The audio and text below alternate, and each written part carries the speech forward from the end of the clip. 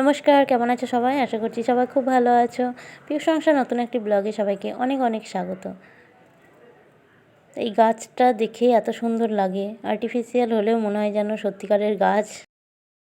আর এখানে সকাল থেকে রান্না শুরু করে দিয়েছি, হচ্ছে সয়াবিন। এখানে ভাত বসিয়ে দিয়েছি, এখানে ডাল হচ্ছে মুগ ডাল, টমেটো আর কড়াইশুঁটি দিয়ে করব। আর এখানে সয়াবিন, ফুলকপি, আলুর সবজি হবে। তো আজকে যেহেতু শনিবার, তো আজকে নিরামিষ, সেই জন্য সয়াবিন হলো। আর ও কালকে দেখো কি সুন্দর ফলগুলো নিয়ে এসছে, মানে ও লালবাজার থেকে নিয়ে এসছে, ওখানে বেশ ভালো ফল পাওয়া যায়। তো আমার এই আপেলগুলো খুব ভালো লাগে, অনেক দিন ধরেই ওকে বলছিলাম যে এরকম আপেল আনলে আমি খাবো। তো সেই জন্য লেবু আর আপেলটা ওখান থেকে নিয়ে এসছে। আর যে ফুলদানিটা দেখছো, এটা আমি মেলাতে কিনেছিলাম, খুব সুন্দর লাগছে, এসে এভাবে সাজিয়ে দিয়েছি। আর এরা যেভাবে আমি বসিয়ে দিয়ে গেছিলাম সেইভাবেই বসে আছে সুন্দর করে। আর এখানে তিন্নিকে গান শেখাতে এসছে।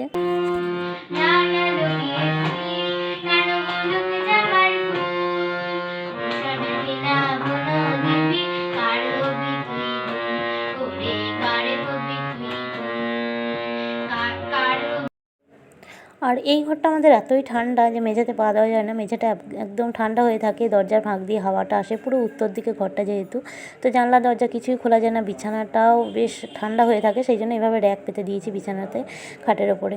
আর দরজা জানলা সব বন্ধ, এটা একদমই খুলতে পারি না, যদিও পশ্চিম দিকেরটা যখন রোদ থাকে তখন একটু খুলতে পারি, এদিকে কিন্তু একদম খোলা যায় না। তো কীরকম অবস্থায় আছে এদিকটা দেখানোর জন্য খুললাম। গাছগুলোর অবস্থা খুবই খারাপ। ভেবেছিলাম গাঁদা গাছগুলো বেশ ভালো ফুল আসবে, কিন্তু এলো না। কিন্তু পমপমটা দেখো আগের বছর থেকে আছে, ওটাতে বেশ ফুল এসছে সুন্দর। আর এখানে দুটো জবা এসছে, জবা ফুটেছে, একটা গোলাপি আর একটা লাল। তো ইচ্ছা ছিল যে বেশ গাঁদা ফুল দিয়ে সাজানোর বারান্দাটা, তো এরকম হয়ে গেছে গাঁদা গাছগুলো। কি ফুলকপি আলু ভাজিটা তার মধ্যে সয়াবিন দিয়ে, চলো সয়াবিন আলু ভাজি। আর এখন খেতে বসে গেলাম। এখানে পালং শাক হয়েছিল, আর সয়াবিন মানে ফুলকপি আলু সবজি হয়েছিল, সেটাতে কিছুটা সয়াবিন দিয়ে দিয়েছি তিন্নি খাবে বলে, মানে ও তো খেতে চায় না, সয়াবিন দিলেও খেয়ে নেয়।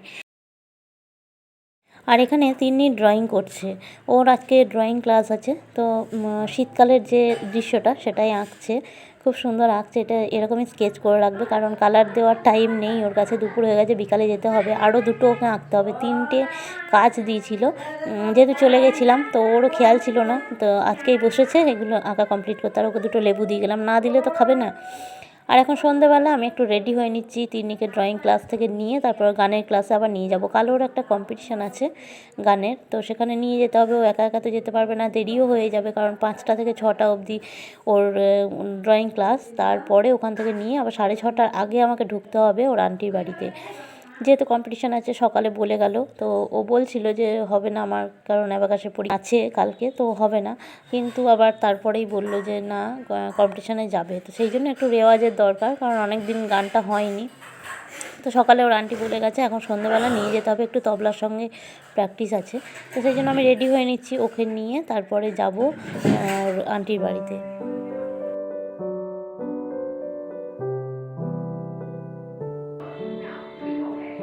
আর এখানে আলমারিটা খুব খারাপ অবস্থায় হয়ে পড়ে আছে, যেহেতু ছিলাম না, তো সেই জন্য যা পেরেছি একদম এখানেই ভরে দিয়েছি। এখনও সেইভাবে সাজিয়ে বা গুছিয়ে কিছু রাখা হয়নি, মানে ব্যাগ থেকে বের করে কোনো রকম এখানে রেখে দিয়েছি। আর হোম থিয়েটারটা ধুলো বসে যাচ্ছিলো, তো ওখানে দেখলাম বেশ ভালো জায়গা হয়েছে, ধুলো বসবে না আর কোনো পোকামাকড়ের উপদ্রব হবে না বলে ওখানে ভরে দিয়েছি।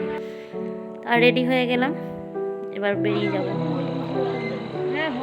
আর এখানে এসে দেখছি সবার গার্জেনরা দাঁড়িয়ে আছে, একটা দুটো করে আসছে, কিন্তু ও এখনও বেরোচ্ছে না, কেন কি জানি না। তারপরে অনেক পরে ও এলো, আর আমরা এখন পাড়ার ভিতর দিকে, যেদিকে শর্টকাট হবে সেই দিকে আমরা যাচ্ছি।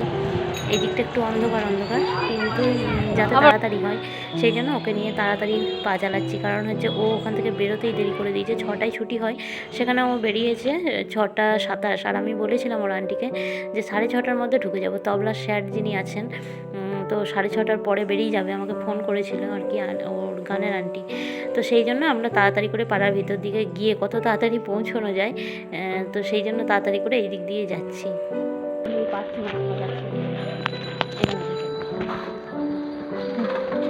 আর এখানে এসে দেখছি যে সবার গান হয়ে গেছে, আর এবার বড়রা গান করছে।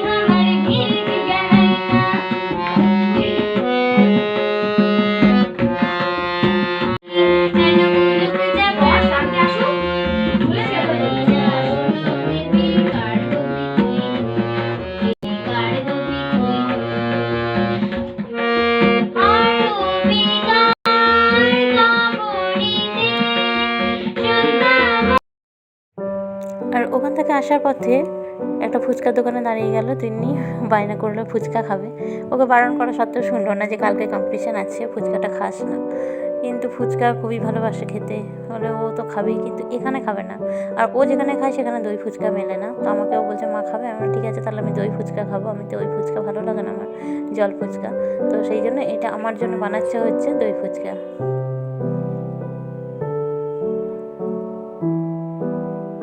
আর দই ফুচকাটা এতটাই লোভনীয় হয়, ওকেও দিলাম, আমিও খেলাম। তারপরে ও আবার জল ফুচকাও খেয়েছিল। আর আজকে যেহেতু নিরামিষ, বাড়িতে এসে করলাম কাবলি ছোলা, ভিজিয়ে রেখেছিলাম বিকাল থেকে, তো সেটাই বানাচ্ছি। নিরামিষ বলে আজকে একটু পায়েসও বানিয়ে নিচ্ছি। তো কাবলি ছোলা, রুটি আর পায়েস, রুটিটা আগেই করে নিয়েছি, এখন হচ্ছে কাবলি ছোলা আর একটাতে বসিয়ে দিয়েছি পায়েস।